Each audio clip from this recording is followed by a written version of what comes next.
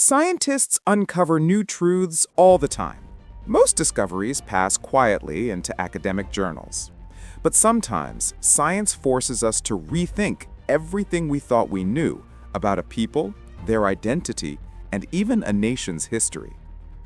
That's exactly what happened when researchers analyzed the DNA of the Ainu, Japan's long marginalized indigenous people. For centuries, the Ainu were dismissed, suppressed, or even erased from Japan's official history. They were portrayed as relics of the past, inconvenient reminders of a time before the Japanese state unified under a single identity. But in the last few decades, cutting-edge genetic research has revealed something shocking, something that unsettles not only the story of the Ainu, but also the story of Japan itself. Welcome to Matter of Time, your destination for real, unique, and eye-opening stories. From hidden truths to fascinating events, we bring you content that informs, inspires, and keeps you hooked. Don't forget to like, subscribe, and share your thoughts in the comments, because every story is better when we experience it together. At first, scientists believed the Ainu were simply the last direct descendants of Japan's earliest settlers, the Jomon people, who lived more than 10,000 years ago. That theory was neat, it was simple, and it was comforting. But the truth is far more complex and terrifying. Not because the Ainu are different, but because their very genetic distinctiveness is vanishing before our eyes. Their DNA reveals a fragile mosaic of ancient lineages, Siberian shadows, and traces of later contact. A genetic story unlike any other in East Asia. The unsettling realization is this: the Ainu's unique genetic signature, a living key to understanding Japan's earliest history, may soon disappear forever. Before we reach that terrifying conclusion, we need to understand who the Ainu are, how they were nearly erased from history, and what their DNA truly reveals about the origins of the Japanese people. Who are the Ainu? The Ainu are the indigenous people of northern Japan, historically spread across Hokkaido, the Russian island of Sakhalin, and the Kuro Islands that stretch toward Kamchatka. They are not simply a minority group within Japan, they represent an entirely different chapter of human history in the archipelago. Unlike the Yamato majority, who dominate Japanese identity and history, the Ainu stood apart. Their traditions, language, and even physical features distinguished them from their neighbors. Early European travelers in the 18th and 19th centuries often remarked on their differences, noting lighter skin tones, wavy or curly hair, and, perhaps most strikingly, their pronounced facial hair, unusual in East Asia. Some outsiders speculated that the Ainu might be distantly related to European or Caucasian populations. That theory gained traction in an era when anthropology was still rooted more in speculation than science. Today, modern genetics has firmly disproven such claims. The Ainu are not Europeans, they are East Asian. But those old speculations do remind us of something important. The Ainus never fit neatly into the racial or cultural categories imposed on them. They have always confounded simple classification. Culturally, the Ainu lived as hunter-gatherers long after the rest of Japan had turned to agriculture. While the Yayoi people in central and southern Japan cultivated rice and developed metallurgy, the Ainu relied on salmon fishing, deer hunting, bear rituals, and foraging for wild plants. Their survival depended on a deep, spiritual relationship with rivers, forests, and mountains. Every aspect of life was tied to the natural world. A wooden tool wasn't just a tool, it carried spiritual significance. A hunt wasn't just for food, it was part of a sacred exchange with nature. The bear, in particular, occupied a central place in Ainu belief. In the famous Iomante ritual, a bear cub was raised within a community, honored as a divine being, and then ceremonially sent to the gods through sacrifice. To outsiders, such practices seem strange, but to the Ainu, they were essential, a way of maintaining balance with the natural world. Then there is the Ainu language. Unlike Japanese, Korean, or any other known tongue, Ainu is a linguistic isolate. It has no confirmed relatives. It hints at migrations and histories buried deep in prehistory, long before written records. The language is filled with rich descriptions of rivers, snow, plants, and animals, evidence of how closely the Ainu observed their environment. Yet, by the 20th century, the language was nearly gone, suppressed under assimilation policies. Even the Ainu identity itself has been complicated. Official government statistics list their population at around 25,000, but many believe the true number is far higher. For generations, intermarriage and stigma pushed people to hide their Ainu ancestry.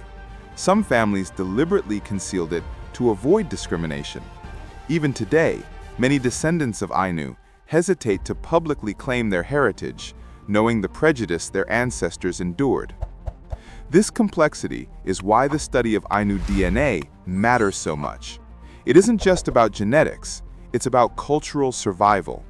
Their DNA doesn't just reveal where they came from, it preserves a record of Japan's oldest inhabitants, people who lived in the islands long before the idea of Japan even existed.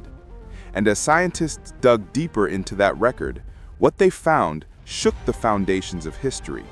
Because the Ainu story is not simply one of continuity, it is one of suppression, survival, and a genetic legacy that is far more fragile than anyone imagined.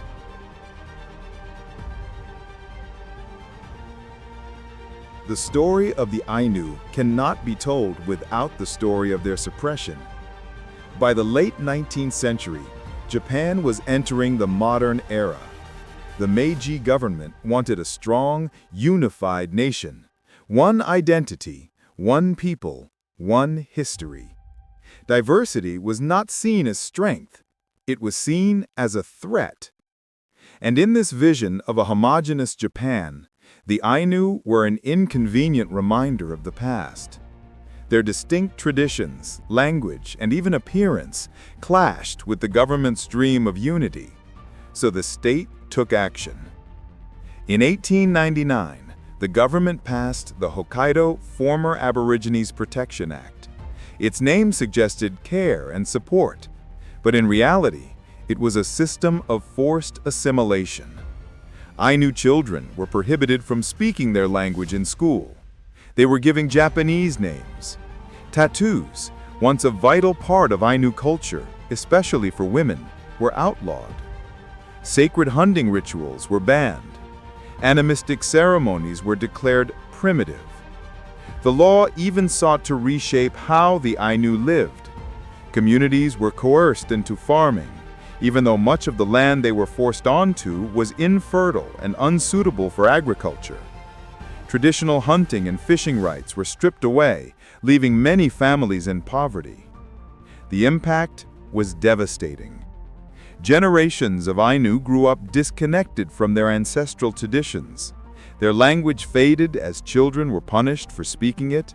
Their spiritual practices were driven underground, and their communities faced hunger, disease, and economic marginalization. The suppression was not only cultural, but also psychological. To survive, many Ainu families chose silence. They hid their ancestry, passing as Japanese in order to avoid discrimination. Parents sometimes chose not to teach their children Ainu customs or even reveal their heritage, fearing it would only bring hardship. Even in Japan's official memory, the Ainu were erased. History books portrayed the country as ethnically homogeneous, teaching students that Japan had always been one people, one race, one nation. The Ainu and other indigenous groups were simply written out of the story. By the mid-20th century, this deliberate forgetting had nearly succeeded. The Ainu were on the edge of invisibility, their traditions fractured, their language almost extinct, their presence denied. Recognition came painfully late. It wasn't until 2008 that the Japanese government finally acknowledged the Ainu as an indigenous people. By then, much had already been lost. Only a handful of fluent Ainu speakers remained. Rituals that had been outlawed for generations survived only in fragments. And population numbers were uncertain, not only because of assimilation, but because so many Ainu descendants had concealed their ancestry. This long silence matters for more than cultural reasons. It also matters for science.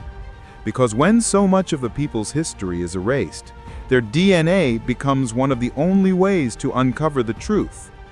Genetic research has, ironically, given voice to the Ainu in a way official history long refused.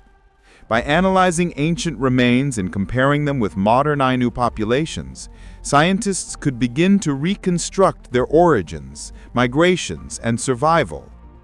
But here's the unsettling twist.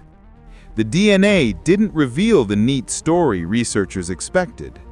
Instead, it showed something far more complicated and far more disturbing. The suppression of the Ainu was meant to erase them from memory. Yet it is science that has brought them back into focus. But what scientists discovered in the process forced everyone to rethink not only who the Ainu are, but who the Japanese people are as a whole. For centuries, the origins of the Japanese people were a subject of debate. Textbooks told a simple story. Japan was settled by the Yayoi people, migrants from the Asian mainland who brought agriculture, metallurgy, and written language. According to this narrative, the Yayoi displaced or absorbed earlier hunter-gatherers, creating a unified Japanese identity. But there was a problem. Archaeology kept uncovering evidence of a much older culture: stone tools, pottery, and ritual sites. Artifacts that belonged to a mysterious group known as the Jomon people. The Jomon were among the earliest known hunter-gatherer societies in the world, flourishing for over 10,000 years in the Japanese archipelago. They left behind pottery with intricate cord patterns, elaborate burial sites, and even early forms of ritual figurines. For decades, their relationship to modern Japanese remained uncertain. Were the Jomon truly gone, or had they left descendants?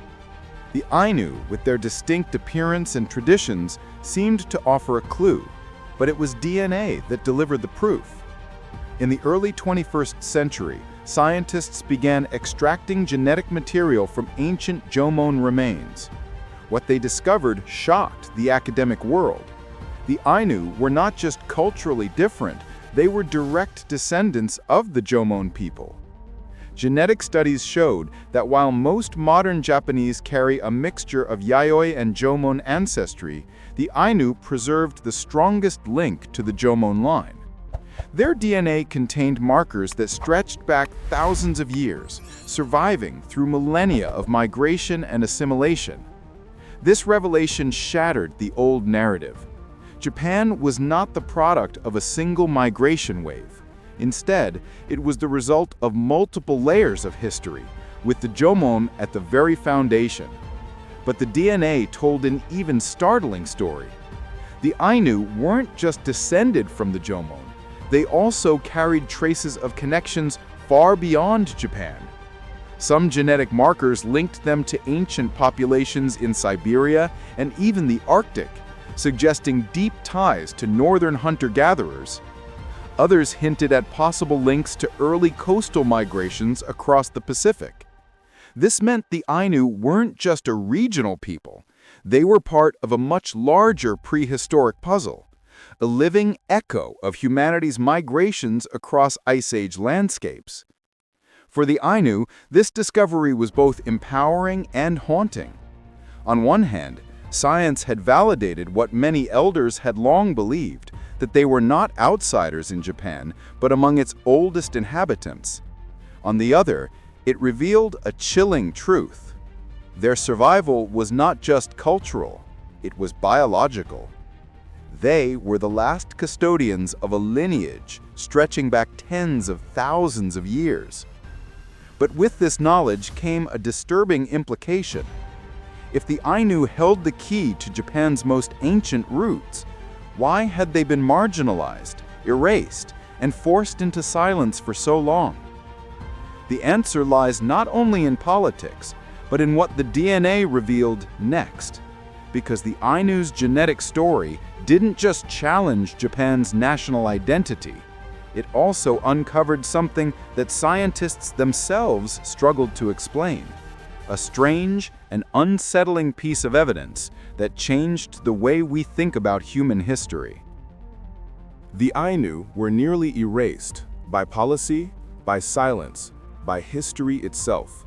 Yet their DNA carried a story too old, too deep to ever be destroyed. What scientists uncovered was not just ancestry, but endurance.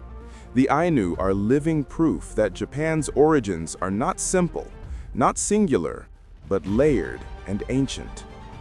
They embody the memory of the Jomon, the whispers of northern hunters, and the resilience of a people who refuse to vanish. Today, Ainu voices are rising again. Their language is being taught, their ceremonies revived, their identity reclaimed. And through DNA, the world finally sees what centuries tried to hide: that the Ainu are not outsiders, but survivors of one of the oldest continuous human lineages on Earth. The disturbing truth is that it took science, not society, to restore them to their rightful place in history. But the hopeful truth is this: they are still here, and their story is far from over.